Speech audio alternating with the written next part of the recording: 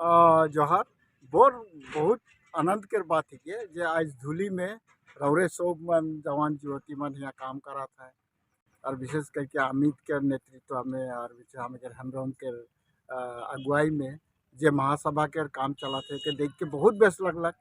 हमें राज्य के असम के सब भाई बहन मन के अनुरोध करा थी, विशेष करके आदिवासी भाई बहन मन के जे उ मन अपन डिफरेंसेस सबके किनार में रह के महासभा आदिवासी जाइत के खातिर ले ये आदिवासी महासभा में भाग लेवा रौरे मन बहुत सुंदर हो।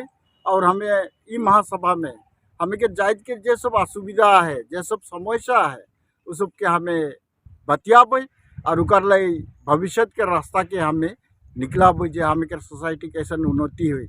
मैं अनुरोध करो ना हमें के जे भी रौरे मन बेलेग बेलेग दल में यहाँ, बेलेग बेलेग धर्म में यहाँ, बेलेग बेलेग जाइत में यहाँ रौरे सब मन आदिवासी जाइत के खातिर ले हुआ और हम आदिवासी महासभा के सफल करबे।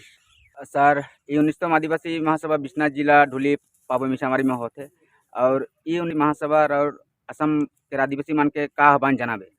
मैं आदिवासी मन के यह आह्वान जनाबो कि आवा ये बहुत सुंदर महासभा हुई, ये एक इतिहास हुई।